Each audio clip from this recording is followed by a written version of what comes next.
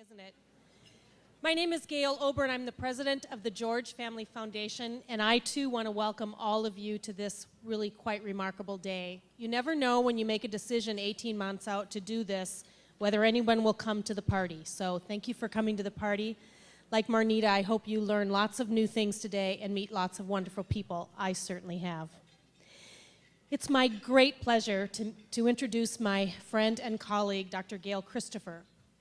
Gail is a senior advisor and vice president at the W.K. Kellogg Foundation. In this role, she leads the foundation's Truth, Racial Healing, and Transformation enterprise, and she serves on the president's cabinet. Gail is a nationally recognized leader in health policy with particular expertise and experience in the issues related to social determinants of health, health inequities, and public policy issues of concern to our nation's future. Dr. Christopher has received many, many awards and honors for her distinguished career and her contributions to public service, including the Change Agent Award by the Schott Foundation for Public Education, the Association of Maternal Child Health Programs, and several others, including the Terrence Keenan Award for Grantmakers in Health. Today, Gail will share with us some of her insights gleaned over 4 decades of working with diverse communities to foster holistic health and well-being. She's also a certified naturopath and joins me in my affinity for loving to change things in our house. Please help me in welcoming Dr. Gail Christopher.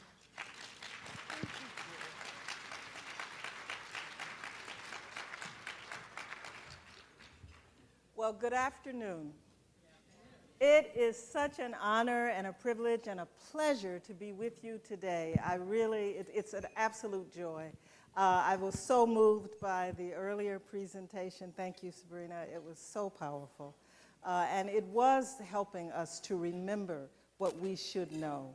I bring you greetings on behalf of the W.K. Kellogg Foundation, our large family there in Battle Creek, Michigan. What I want to share with you today is my journey and the insights that I've gleaned from this journey. I jokingly say when you get to a point in life where Medicare cares more about your birthday than you do, there are some advantages, but none of them are physical. Some of you really appreciate that, but there are definite advantages, and one of the advantages is you do feel you have permission to be your authentic self and to speak from your heart. So I'm going to share with you a little of my own journey and story and some of the important insights that have come from that over the years that enable me, I believe, to fulfill what I consider a life's mission. When I was born, my mother had a dream, I think I might have been about 6 weeks old, that there was something terribly wrong with her baby. And so she woke my father up and she insisted on taking me to a hospital. And so she took me to the hospital and the doctors examined me and they came out of the examining room and they said to her very sadly, "Your daughter is blind and she will not see. And there is a chance, a remote chance that we can save her sight, but we will have to perform surgery on a 6-week-old infant," right? And so my mother didn't really know what to do. She was very afraid. My parents, my mother in particular, had a strong sort of spiritual belief system. And it just so happened that one of the spiritual healers of that era was in Cleveland at that time. Morning. And this woman's name. Good morning.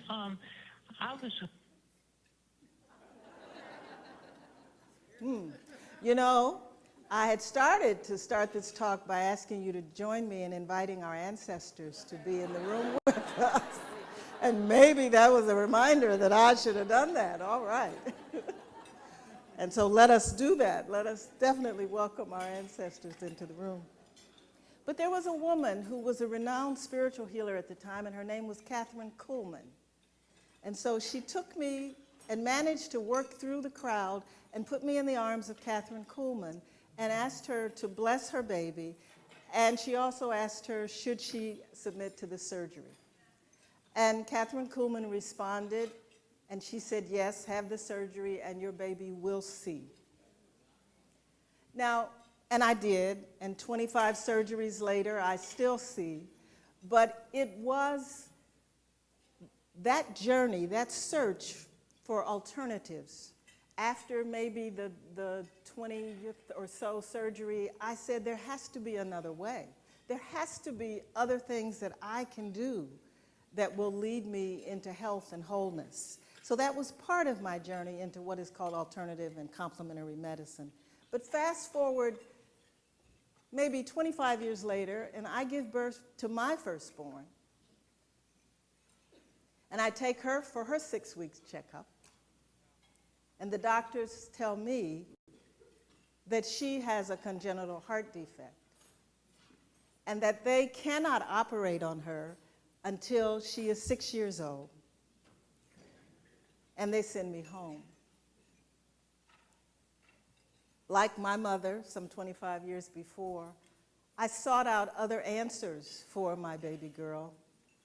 And that specific search led me to discover the profession of naprapathy and naturopathy and clinical nutrition. And so the healing center that I have in Maryland today is named in her honor. Her name was Intianu, and that means noble spirit. Well, Intianu left us at about 3 months of age, and it was really 25 years after that that I discovered that the surgery that might have saved her life, because she had what's called tetralogy of Fallot, which in layman's terms, she was a blue baby. And the surgery to correct the defect that creates a blue baby had been invented a full 35 years before she was born, had been invented by an African-American man. But we were never told that that was an option. And that realization, that understanding, that certain resources are made available and some are not, based on who you are and where you live, has stayed with me throughout my career, and I've dedicated my life to what I think, to undoing or changing those things that I think are the biggest barriers to health and well-being. At this stage in life, I've concluded that consciousness is the most important force. What we think and feel in our hearts shapes our reality. And those things that influence our consciousness are the things that we must have the greatest control over in our daily lives. Now, from the standpoint of health and well-being, for ourselves, for our communities, and for our country, I believe there are 3 fundamental flaws in our belief systems that we need to address, and that's what I'm going to share with you in the brief time that I have. I believe the first one is this fundamental premise upon which the medical system is built, which is this notion, this false notion of the human body as a harbinger of disease. In my workshops, I used to do word associations. And if I say heart, the person says, say it again? Well, now this is a different kind of audience. But in most audiences, when you say heart, especially if it's a health workshop, they're going to say heart attack, right? This amazing instrument that carries us through a lifetime, the numbers of beats and the work that it does are immeasurable, and we say it attacks us. Such a misperception. But if you say to the average man in this country, prostate, what are they going to say in response? Cancer. If you say to women, breasts, what are they going to say? Cancer. We have been medicalized and programmed to believe that the human body is a harbinger of illness and disease. But if you even think about your own life, clearly you know that the times in which you've experienced illness and disease is a tiny proportion when compared to the times in which your body has served you perfectly. So one of the fundamental beliefs that we have to shift in our society, and the alternative and integrative medical world is leading the charge to do that, is to get us to have love and reverence and respect for the human body, not as a harbinger of disease, but as this amazing, powerful, miraculously, divinely created thing that is always healing itself. Now, I talked to you about my journey in terms of my own condition and my eyes, and I went through every possible healing mechanism and modality there was. You name it, I had tried it. From the 25 surgeries to acupuncture, to nutrition, to massage, to meditation, all of the above. And then finally, after one of the surgeries, which had become a series of surgeries, and that's often what happens in the medical world, you know, they say, oops, that didn't work, let's do it again and again and again. I know the definition of insanity, but nonetheless. And so at this point, after maybe surgery number 3 or 4, within about a 2-month period, and the pain was excruciating, I actually, for the first time, cried out to the divine for help. And I was as clear as you hear my voice today. I heard a voice in response to that cry. And that voice said to me, and I will never forget it, the voice simply said, love your eyes as they are loved. And in that moment, the pain ceased, and for the next 25 years, the pressure was completely normal. In that message, love your eyes as they are loved, is the key to health and well-being. We must learn to love our bodies as they are loved. I recently went online and looked up that healer, Catherine Kuhlman, and looked at some of her videos. And one of the things that she said that stayed with me was that if you love, you give. The divine loves us, the divine gives to us, and the giving is without end. And this miracle, this human body that we have, is so filled with the miraculous every instant of every day. If our consciousness tunes in and allows that, we experience much more well-being. So let's just talk a little bit about how the body heals itself. I think the stages of how we repair an injury kind of open our door of our minds and our hearts to the miracles that go on within. And you know, if you've ever cut yourself or if you injured yourself, what does the body do immediately? It stops the bleeding. Hemostasis. You don't have to say, body, stop the bleeding. The intelligence within rushes to stop the bleeding. There's some parallels for us in terms of social policy that we need to think about. When people are suffering and dying, we need to mobilize our forces to stop the suffering and stop the bleeding and not debate it.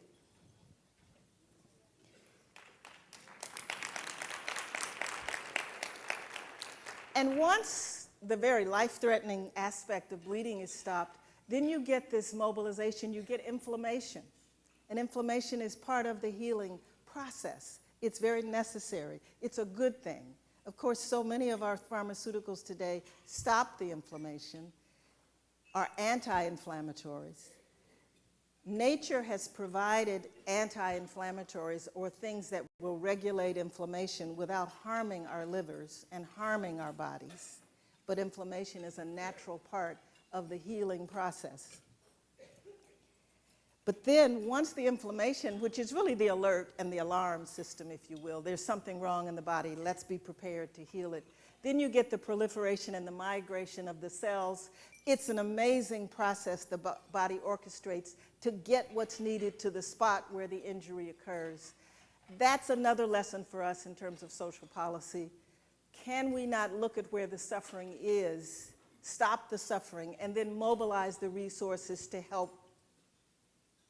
Flint, Michigan comes to mind. Could we not mobilize our resources to improve that water infrastructure and stop those children from drinking leaded water? Could we not do that as a nation? Congress is debating that this very day. There is a bill, And the Senate is proposing, some of the Democrats in the Senate are proposing to filibuster because the bill does not contain resources to help Flint, Michigan. But the body has the intelligence to mobilize those things which are necessary. And then, and this is the part that I love, it builds new blood vessels and new nerves. Imagine that. From within its own reservoir of understanding and knowledge, it then begins to build new tissue. Nobody has to tell the body to do that. It does it automatically. And once it builds the new tissues, it then has to build the new skin. And if you're lucky and you don't have an exaggerated inflammatory response, you'll never know that skin was injured. But if you've been exposed to too much trauma and too much damage, that process whereby the new skin is built, and if you have a certain genetic predisposition, which I believe is generationally exposed to repeated traumas that have been passed on, that new skin and new tissue still carries that scar. And you know there's something different about scar tissue. It doesn't have the same circulation that regular tissue does. And there's also a lesson in that. Because circulation is the key to life and health. We talk about Tai Chi and exercise as if it's going to help us lose weight, but actually, getting the blood supply to every tissue and organ in the human body is fundamental to health and well-being. We should restructure our cities and our towns to optimize opportunities for walking and optimize circulation as a normal part of life. I often think if someone from another planet came to visit us and they saw all these buildings with these big glass windows and people on treadmills, they'd say, why do people have to go inside a building and walk on a machine? I don't get it, but I'm not, listen, if that's how you get your exercise, this is a good thing. The important thing is exercise. But exercising within the outdoors, receiving the embrace of nature and the environment is also extremely helpful and important. But then finally, after it's built the new tissue and built the new skin and done everything it needs to do, it synthesizes the whole thing. It orchestrates this balance. So the body has steps and ways of healing that most of us never even think about. We just take it for granted. It is not a harbinger of disease. Disease is really the exception. But we have built an industry and a system that makes us think less of this gift of life that we've been given. And so when you talk about integrated and resilience and holistic health, please remember that this gift of life that we have in the human body is a walking miracle, which leads me to my second, well, actually that's my third. I'll go with my second. My second belief that we have to undo in this country is the false ideology of a hierarchy of human value. Way back in the 18th century, and actually before that, with the doctrine of discovery, but certainly in the 18th century, they created what's called scientific racism. And they put the human family into a taxonomy based on physical characteristics. And they ascribed certain personality traits to those physical characteristics. And white men were at the top, and people of color were at the bottom. And this false ideology, this fallacy of a hierarchy of human value, became the foundation for the building of what I was taught when I was in school, the New World.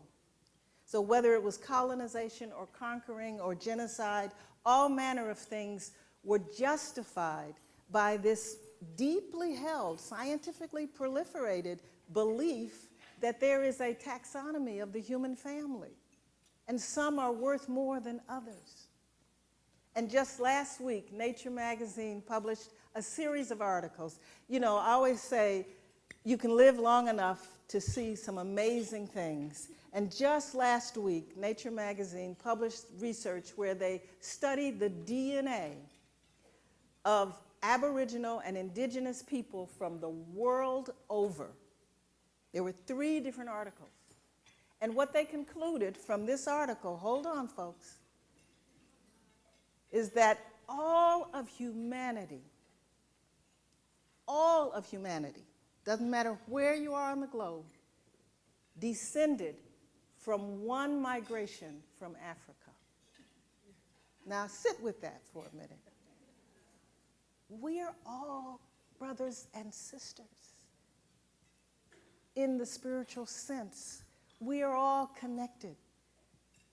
Now, our bodies adapted based on the climates in which we lived and our ancestors lived. So if we needed darker skin to protect ourselves from the sun's rays, so we created that. If we needed a different hair texture, we created that. If we needed our noses to be shaped a certain way to optimize the intake of the air, we did that. Again, that miracle of the human body and its capacity to adapt. But this notion of difference and a hierarchy, it's a fundamental fallacy. And we have built so much inequality and injustice based on that fallacy. Now, a lot of you have heard about the shootings. You've experienced them here in terms of the police killings and the tragic retaliations. But a story that doesn't meet the press often enough, the most likely group in this country to be killed by police in proportion to their numbers in society, the most killings, research has just been released from the CDC, the most killings are of Native American men. And then there's a tremendous disproportionate number of killings of Latino and Hispanic men. And we see and hear about the killings of African American men. Now, does this mean that police are not good people, that they are somehow flawed, that there's something evil? I don't ascribe to that. I do think that there's a need to investigate the patterns. I also think that we are all victims of unconscious bias. And the more power we have, the more likely we are to use that power in a way that exhibits our unconscious bias. And what does that mean? That means that anybody who's in a position to make life and death decisions in our society should be given training and support and facilitation in learning to understand their unconscious biases. Now, you may be asking, what has this got to do with resilience? Remember how the body heals itself? It stops the bleeding. We have to stop the killings. And the only way we're going to do that is to intervene in these systems and give people the tools and the resources they need to respond differently in crises. Now, at the foundation, we're funding a lot of that work, and over 50 different police departments around the country have gotten involved. It's not all the headlines. There is some good news, but we have to do more of it. Because for every loss of life, there is the pain and the suffering and the grieving of that family and that community. And that is trauma, over and over and over again. And that trauma predisposes to all manner of chronic illness, as you heard this morning. So the first one was the belief in the human body as a harbinger of disease. We need to throw that out and replace it with an understanding of the gift, the miracle of life that exists within us. Imagine if every doctor in this country, instead of studying pathology, studied how the body heals itself. Imagine, that's what I imagine in my spare time. Imagine if instead of finding drugs to suppress the body's natural functions, we found those herbs and nutrients that support the body's healing functions. And we minimize the side effects.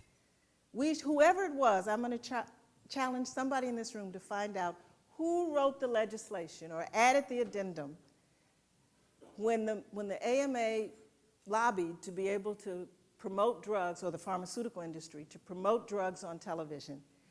They were required to list the side effects. Somebody wrote that piece of legislation. And I would suggest to you that by listing the side effects, we have had an education in health that has fast-forwarded us dramatically in terms of our openness to alternative and integrative medicine. Now, seriously, I'm going to take a pill for restless leg syndrome that's going to kill me. I think I'll let my legs shake, you know?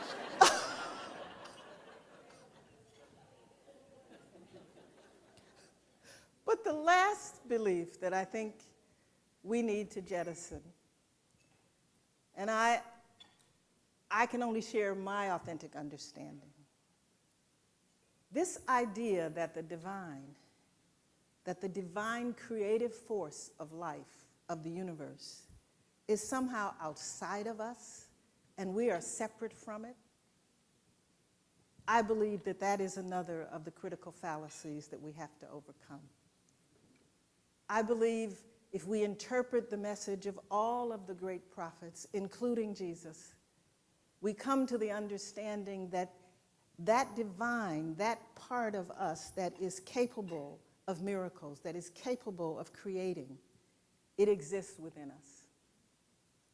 And once we understand that and we nurture that, we develop a sense of self-love, a sense of empowerment, a sense of resilience that we have to extend to others.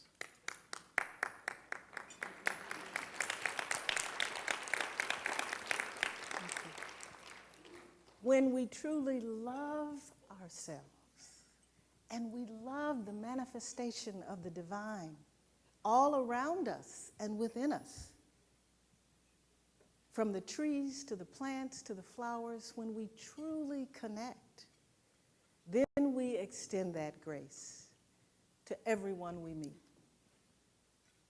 But we can't give what we don't have. And so I strongly encourage you to raise our children, the next generation, with a deep sense of who they really are. That there is no such thing as a hierarchy of human value. And the body is not a harbinger of disease.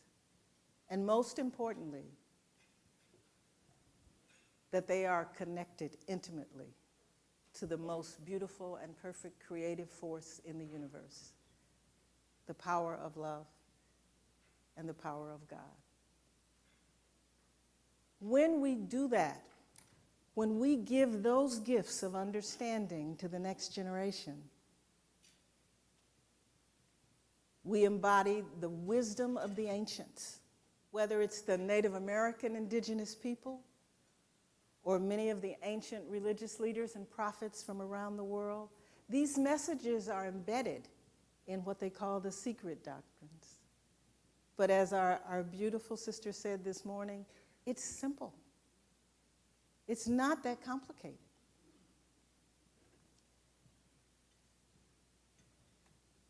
The American Public Health Association, the Trust for America's Health, many of the national leadership organizations in this country realize that we cannot continue to do the same things in the same way and survive or thrive as a nation. We're on the cusp of an absolute revolution in terms of health and well-being and health care. The American Public Health Association has said we want to be the healthiest nation in the world. The Trust for America's Health is giving a blueprint to Congress to talk about how we become the healthiest nation in the world, and many other groups. But the way forward to achieving that is through the work that you are doing here today. Now, have you given me my sign already? Okay, I want to be. It's through the work that you are doing here today, by embracing the holistic, integrated methodologies and tools that move your body out of a state of stress and disharmony into a state of balance, you are in alignment with what is necessary for creating true health and well-being. Now, of all the lessons that I've learned about modalities in terms of holistic healing, in addition to love being so critical, the one that we have, I think, turned upside down in this country, the one that is truly killing us, is our lack of appreciation and understanding of food and nutrition. You can go through, you can, honestly, if you want to get bad food, go to a hospital. My third day, I said, I got to get out of here because I got to go eat something healthy, you know? Or you walk through an airport and there's no option for something healthy. We could do a whole day on just food and nutrition. But I would like to leave you with the notion that in nature, in nature's pharmacy, in our food, is the wisdom. Plants which are stable, which don't get to run away from danger, have built within them the defenses that are necessary to assure their life and their longevity. And so as we develop a reverence and a respect for nature and life and for food in its purest sense, and we allow ourselves to listen to the wisdom of the ancients and take in food not out of a box, I'm not speaking for the company here, but I don't work for the company, I work for the foundation. Okay. But not out of a box, but out of the ground and off of a tree. And for those who want to bless the animals that give up their lives for you to eat, that's fine. But if we develop a relationship with food and with nature, 80% of the illness that we experience in this country, which is food and lifestyle related, would not occur. So stress management, healthy eating, active lifestyles, but allowing, most importantly, love into your hearts and subsequently out of your hearts to the perceived other and to the perceived friend. Those are the keys to resilience and longevity.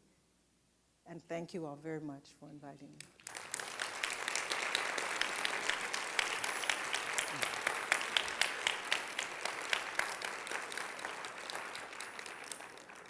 Thank you so much, Dr. Christopher. We'd like to open the Q&A with a quick question. You touched on this a little bit in your address, but what can we do as individuals to help the country heal from racism? What roles can we take on in that fight? Thank you for that question, and I want to cue up a video that some of you may have seen. It's gone viral now. It's had over 3.5 million views. It was a young woman on C-SPAN Journal, and a caller called in with that very question.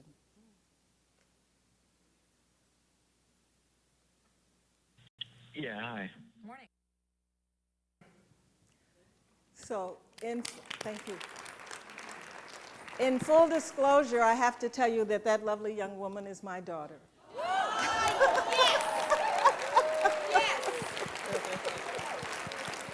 And so, I can't tell you how proud I was when I saw that and how she embodies so much of what we've taught and believed over time. Any other questions or comments? Got mics here. We'll come out to you. Thank you, thank you. There is grace in the universe, right? There is absolute grace in the universe. Although I lost my firstborn, I was given two amazing children that I've raised to full adulthood.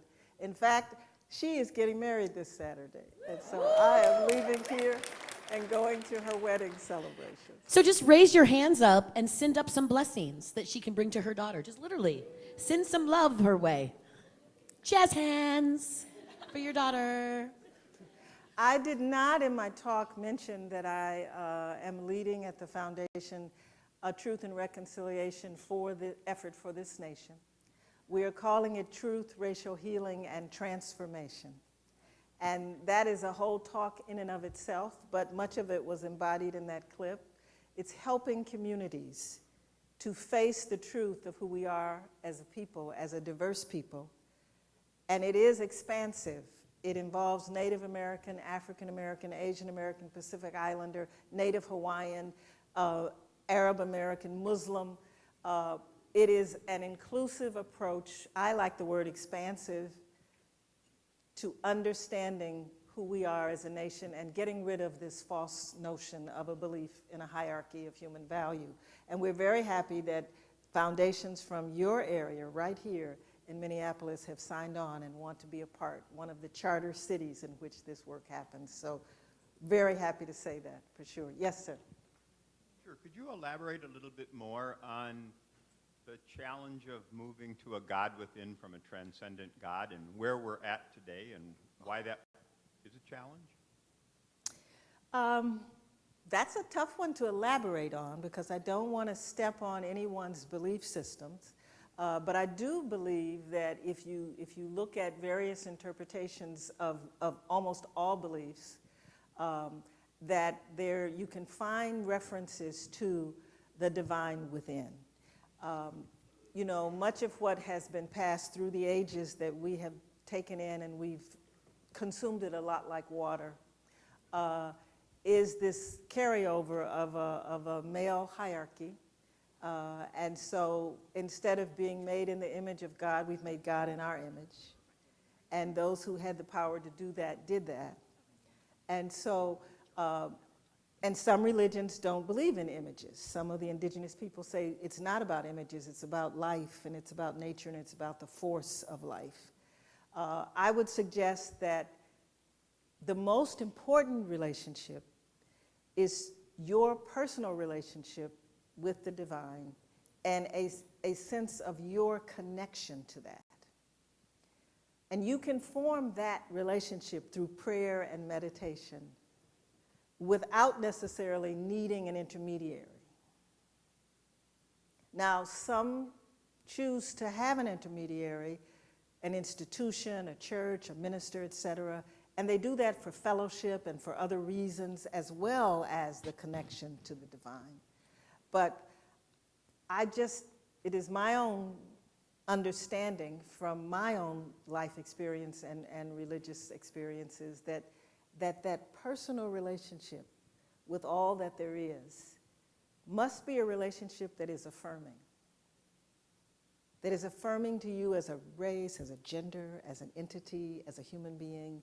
It must not be one that says, this is perfection and you're something else. It has to be something that reflects you as a human being, that embraces you fully, and your culture, and your heritage, and your identity. And I just don't believe that the ultimate force in the universe, the divine, the love, the intelligence, would ever negate any one of its creations. I don't accept that. So there is no hierarchy for me in terms of one religion being better than the other, et cetera. I believe we all have access to and have been given the gift of connection, intimate connection to the most powerful force. And accepting that as a fundamental premise, how you manifest that, what church you go to, what religion, what you wear, that's a personal decision. But make sure that that decision affirms who you are as a human being and in no way negates it. So that would be my way of expanding on that. And thank you, sir, for the question. Yes. Yes. Hi, thank you. My name's Portia, and I'm a holistic healer in town, and everything that you're saying is going right in, and I feel the energy in this room is really intense, so if I start rambling, I apologize.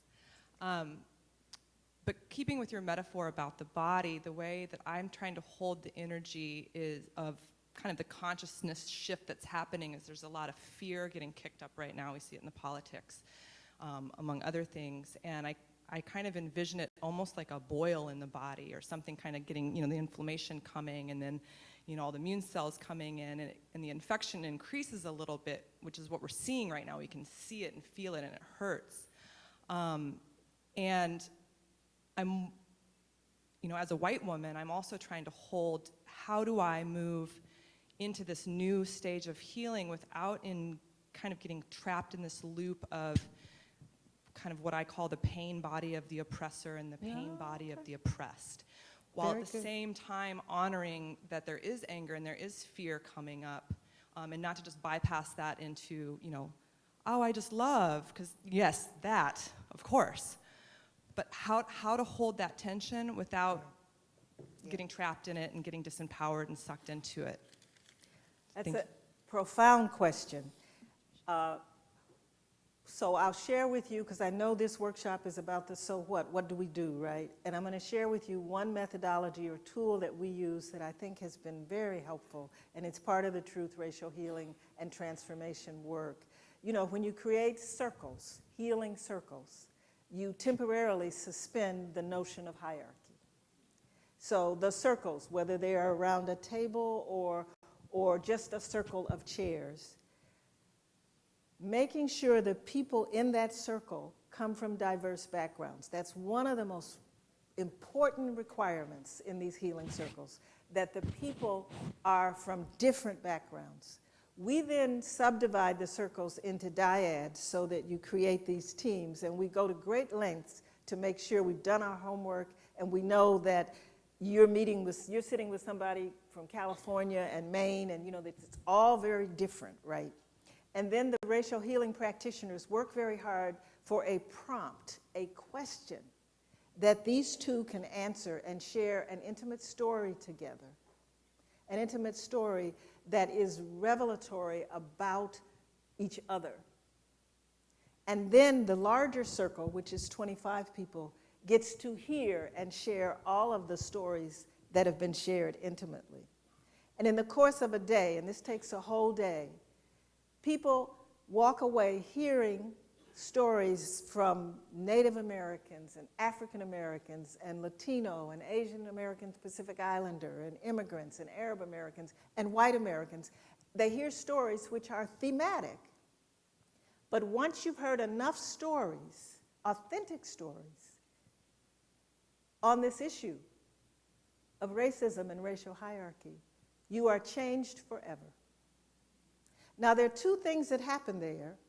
The boil is lanced because there is the expression of the experience, and so much of what causes us the trauma is the absence of the expression, the telling, if you will, of the story. So there's that. But there's also the receiving, there's also the hearing, there's also the sharing, there's also the human connection. Canada had a truth and reconciliation process for the children, the Native American children who were put in the boarding schools. And they released their results this last fall. And it was one of the things that motivated us that we could do something like that in America. We don't call it reconciliation, though. We call it transformation. And do you know why? Because there's nothing to reconcile. In America, we were conceived in the notion of a hierarchy of human value. So there's nothing for us to go back to. We have to go forward. And that forward is the transformational part. Now, in terms of how we found that when you bring all these diverse people together and they all have their opportunity to share their stories and affirm the humanity, we get past the oppression Olympics. And we get to the place where we're actually focusing on our humanity and what we need to do collectively and individually to move our humanity forward. And I just want to read to you a quote from one of the elders who participated in the Canadian Truth and Reconciliation process, honorary witness Patsy George. Now, bear with me because I happen to think women are very important in the scheme of things.